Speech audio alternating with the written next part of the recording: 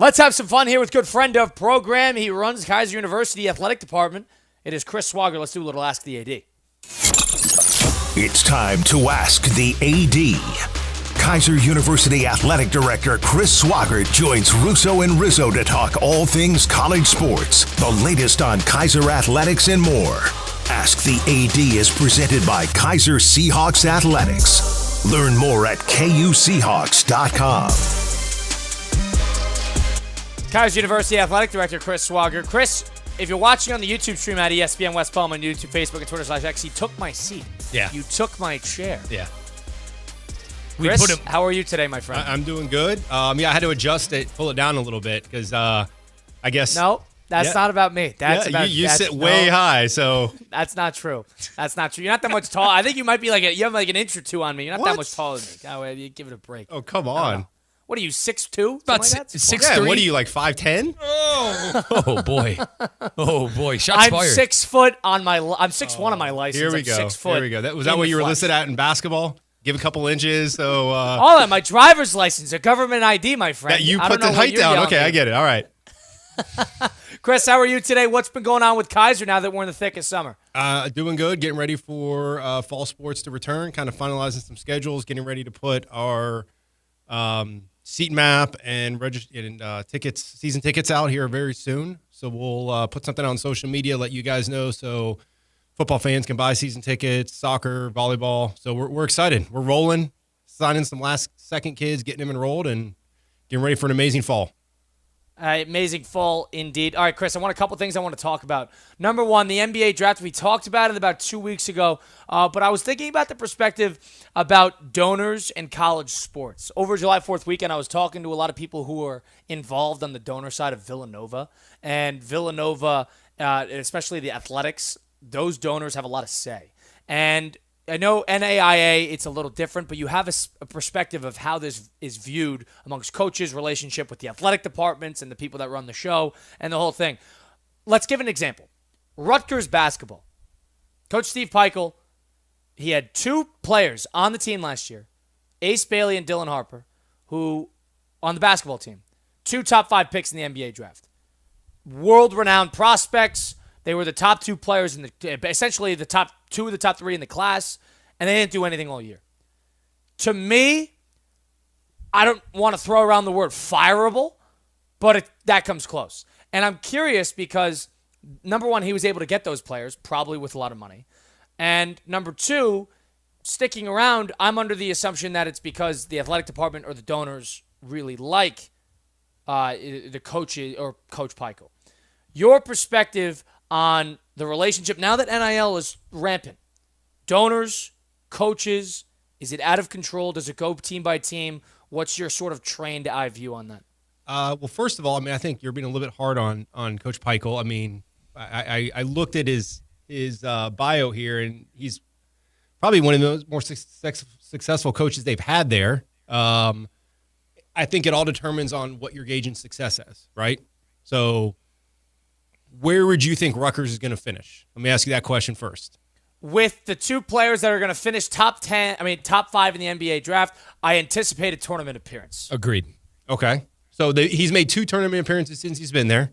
Yes. And I think he was the first one to go back to back since 1970. It was 3-4 years ago. Yeah. So he's gained some equity there. I think the game has changed as far as now, and this is why I think you see general managers, to be honest, because it started to change to where instead of coaches focusing on winning games, developing players, building the program, it started to turn into fundraising, dealing with donors, kind of generating the funds needed to get the players. So now you start to see the general managers come in, and they start to kind of play that middleman so the coaches can get back to what it is that they're supposed to be doing. Now, I still think you lose control, obviously, because people are renegotiating contracts, so to speak. And obviously everything's going to change again as we kind of move forward with this new era. But I definitely think there's a premium. I just got back from NACTA, and the biggest thing there was, a lot of revenue generation. So there's always like key things that I think athletic departments are focused on. And now the big one is, how are we going to maximize our revenue? How are we going to take the brand to make more money to reinvest it back in? So, I would say in today's game, generating revenue for coaches is almost as important in wins in some cases, because I think people look at it as if you can generate the revenue, then you can get the players to win the games.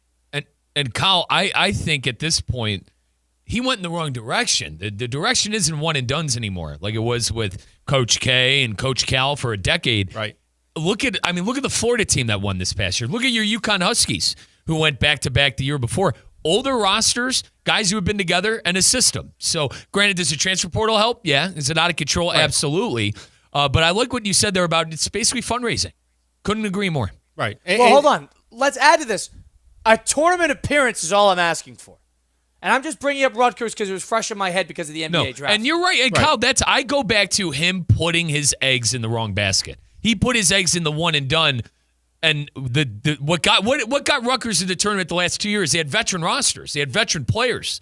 Amori transferred. The guy who was there for 3 years wasn't playing on the team this past year. So that's where I think things went wrong. But Colin, listen. This is it's a cutthroat business. When you have the talent and you have the money to go out and get these guys and you don't have results, I'm sitting on the fence here. I agree.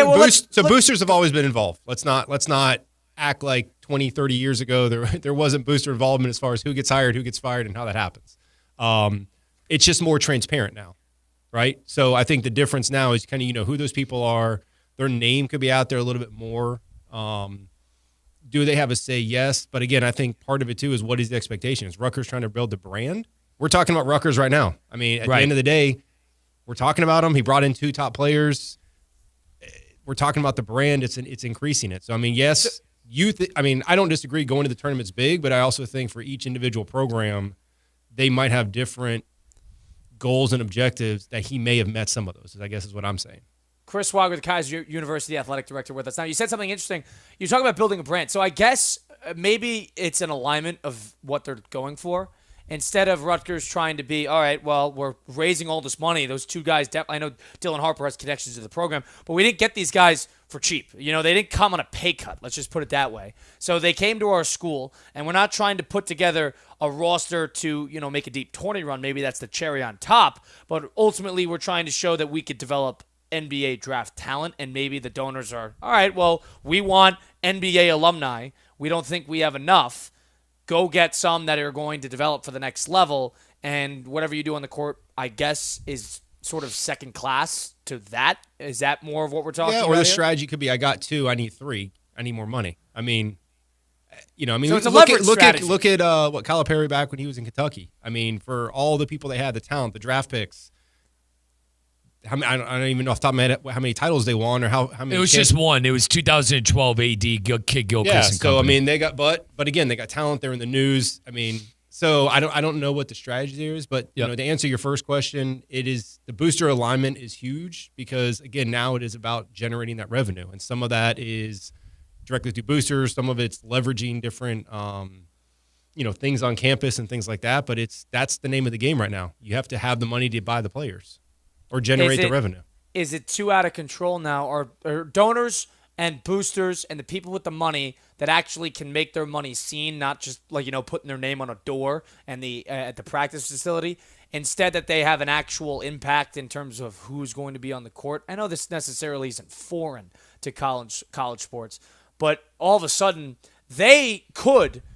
The St. John's vitamin water guy who puts in $1 billion a year into the program. He could other than Patino, is there an argument to be made that he probably has as much say in terms of where he allocates his money, unless he's very trustworthy with that? You can make the argument that he's the one with the deep pockets. Therefore, if I want this to happen, this could happen. Is that? Yeah, but I'm saying I think that's control? always been the case. I mean, I don't think that's different. I think you just know who that guy is now. But I think that's always been the way it's kind of gone down at certain times. Okay. Even like on the hush hush, basically.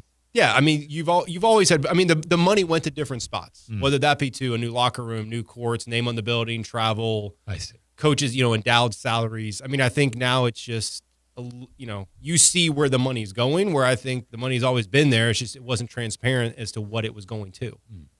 Kris, I want to kind of switch gears a little bit and get your thoughts on something else that I guess sort of plays into the idea of recruiting the younger player nowadays, whether it's freshmen or people out of prep schools or something like that. I was talking with head coach Kris Coquel of the Fort Pierce Athletic Academy, which is a gap year program right here in South Florida. And a gap year program, a gap year school, is basically somebody who, instead of after high school playing sports, they're trying to, go to the school, play, get film, send it out to coaches, and they can essentially leave whenever they want. It's almost like it's a train stop. And all right, if they have a good 3 games, then Western Kentucky comes calling. They could get on a plane and go over to go play with Western Kentucky tomorrow. It's a gap year school. It's not necessarily something that's foreign. We've seen it before in basketball. A lot of guys just do it because they need extra time, whatever it may be. I'm curious. You're the athletic director of an NAIA school that has all these athletic programs. These gap year schools, do you necessarily work with them? Is it almost a competitor for the type of player that you're looking for? Or no, they've been around. There's a bunch of them.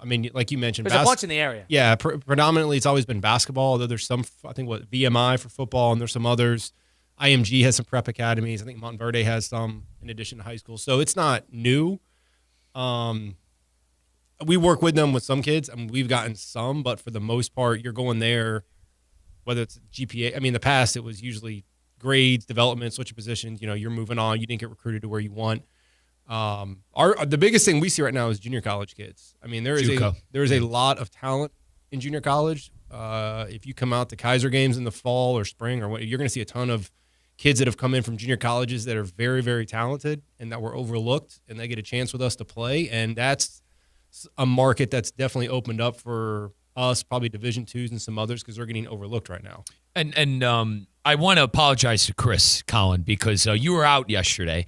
And I said, give me the best teams in the state of Florida, and I left off our Keiser Seahawks. Yeah, he's right up there with Theo disrespecting Keiser. I am not. Wow. I am not. Did you? I'm not one of the favorites. Up to Kris Swogger in the break? Christian and I don't want to actually. No, this was my idea. I basically said out of Florida State, Florida, and Miami, who has the best chance of making the playoff and who's the best team in Florida off of that. And I forgot to mention our Keiser Seahawks because they make the playoffs every year. They damn near make the championship every single year now. So I wanted to personally apologize to Kris now that I had him here in studio. So Kris, what's your reaction to this? I apologize. Keiser didn't even cross his mind, essentially. Yeah, I'm glad that the play-by-play or the color commentator from last year remembered that there was a football team in town, so that was great.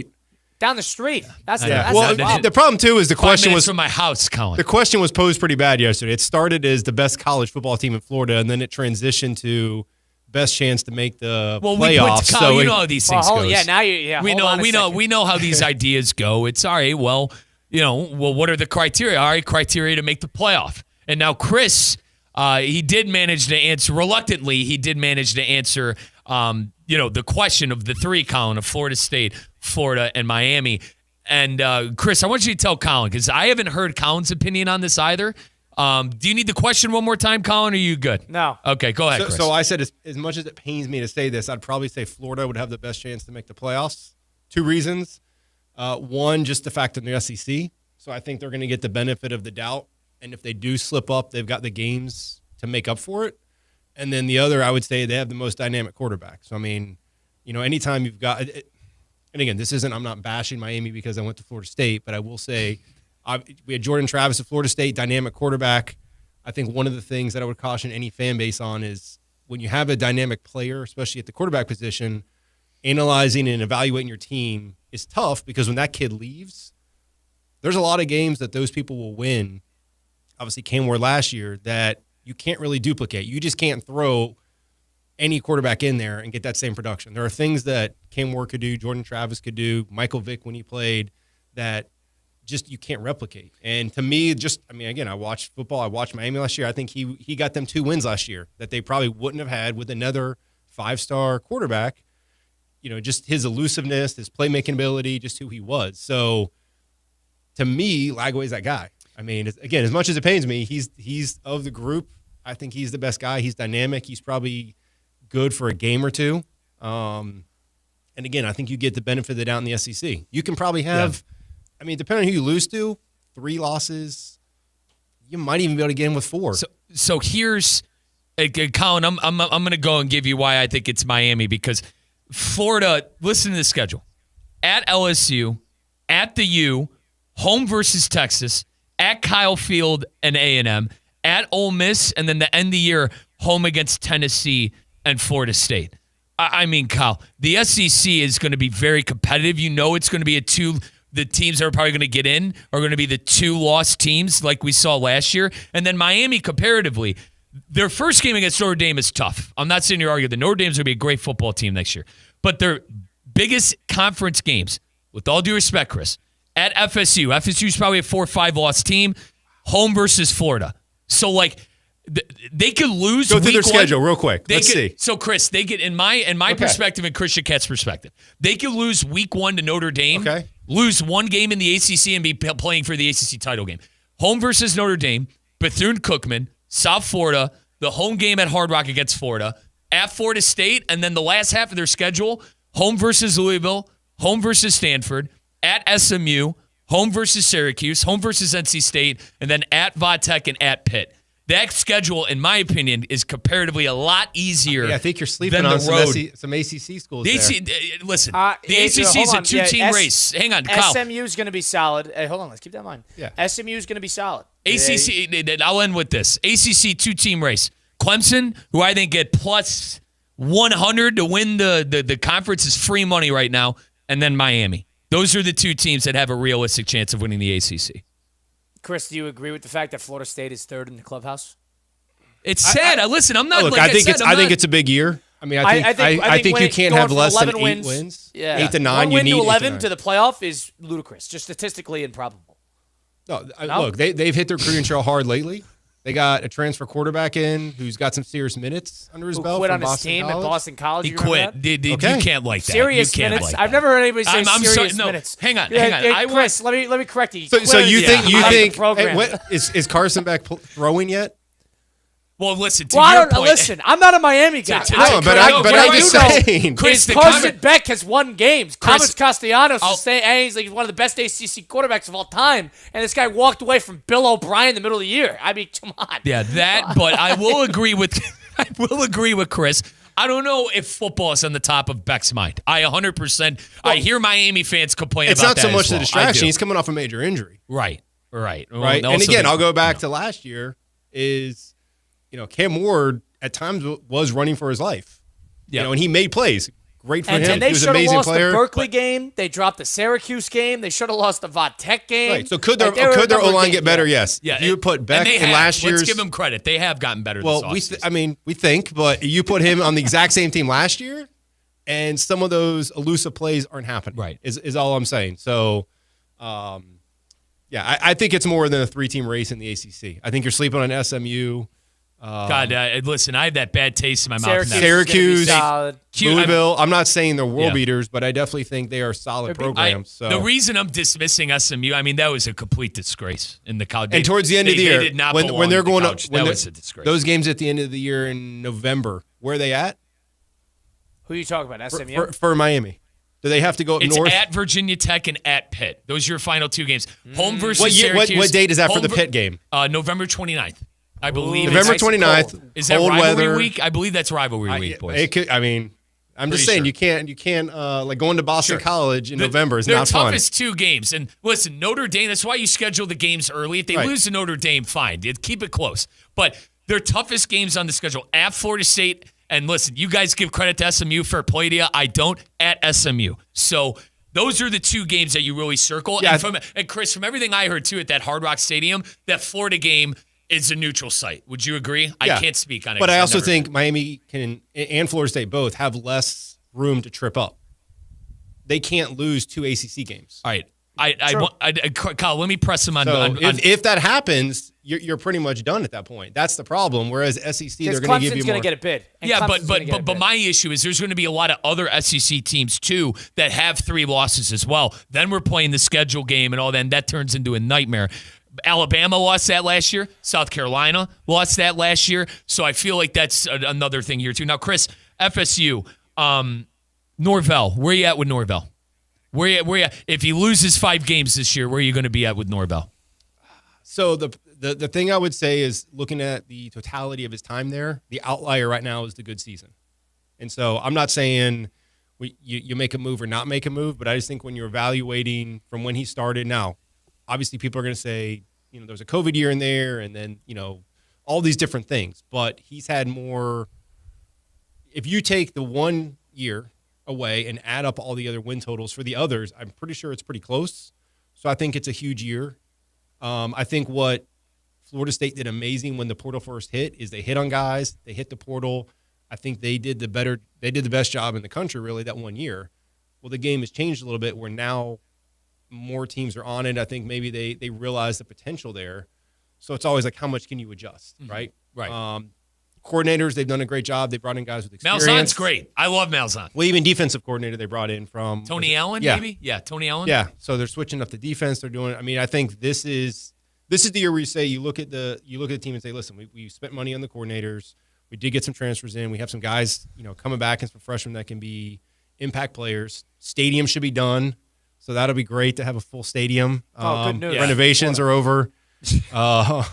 Schedule. I mean, you get Alabama week 1, and you don't know what. So I mean, I think the schedule is favorable for them. So I think there's a lot of things there that, he's done a great job with the culture of the program. I think putting some structure there, changing some stuff up. Now it's, can you continue to build year to year? Right? Then, can you go from, I mean, obviously low wins last year, but if you get to 8 or 9, then can you go 9 or 10, and then can you start sustaining that over time? That's what I think people are waiting to see. And then, Kyle, apologies. One more. Home versus Miami. At Clemson. See, Miami avoids Clemson. You guys got to go at Clemson and then at Florida. So Miami home, at Clemson, at Florida. What's the record? What's the record in those 3 games? What I want it to be? I mean, I think What do you realistically. think? No, realistic. This is a team that lost every AC game they played last year. Can we not So act they're like hungry. they got 2 tough games on They're the hungry. schedule? Like, geez. These are tough games. That's like So let me put this. Between Alabama, I see this, Chris. Alabama loss, Miami loss, Clemson loss, Florida State loss. That's 4. No, that's not gonna 4. happen. You've Chris, got 2. You've got 2 rivalry games, and you could argue Clemson is a rivalry game. So there's a big difference there. Chris, Clemson's returning 13 of their 18 starters who have 200 snaps on the defensive side of the ball and a senior quarterback. Okay. Best receiving core in the country outside of Ohio State. All right, And if where'd you they go wanna last year? If you want to look a little less like Florida State and look a little bit more like Florida, get some Vitacost products. Vitacost! Go get your performance-enhancing supplements today. It's got the sports-certified marketplace that's built for athletes and fitness enthusiasts who like to train hard, who understand the benefits of clean supplementation and nutrition. Doesn't even matter if you're prepping for a triathlon, prepping for a marathon, grinding at the gym, just want to get into better shape. Vitacost is your go-to for leveling up your game. I know without my protein, without my electrolytes, without my creatine, I don't know where I would be in my personal training. Their new sports-certified marketplace, they got over 400 performance-enhancing supplements, all certified, free of banned substances that help you level up your game. Visit Vitacost.com/sport-certified to make your purchase today. And you can get 20% off by just using code ESPN20. That's ESPN20 for 20% off on Vitacost Sports Certified Marketplace. Check it out today and level up your game at Vitacost. Chris, we appreciate it as always. Looking forward to talking again in a couple of weeks. And hopefully the next time we talk, we'll have a little bit of football to preview now that we're inching closer to the season, right? All right. Talk to you guys Kris later. Swogger, the Keiser University Athletic Director, Mike Rizzo, Colin Russo, Christian Cat, taking a time out here on ESPN 106.3.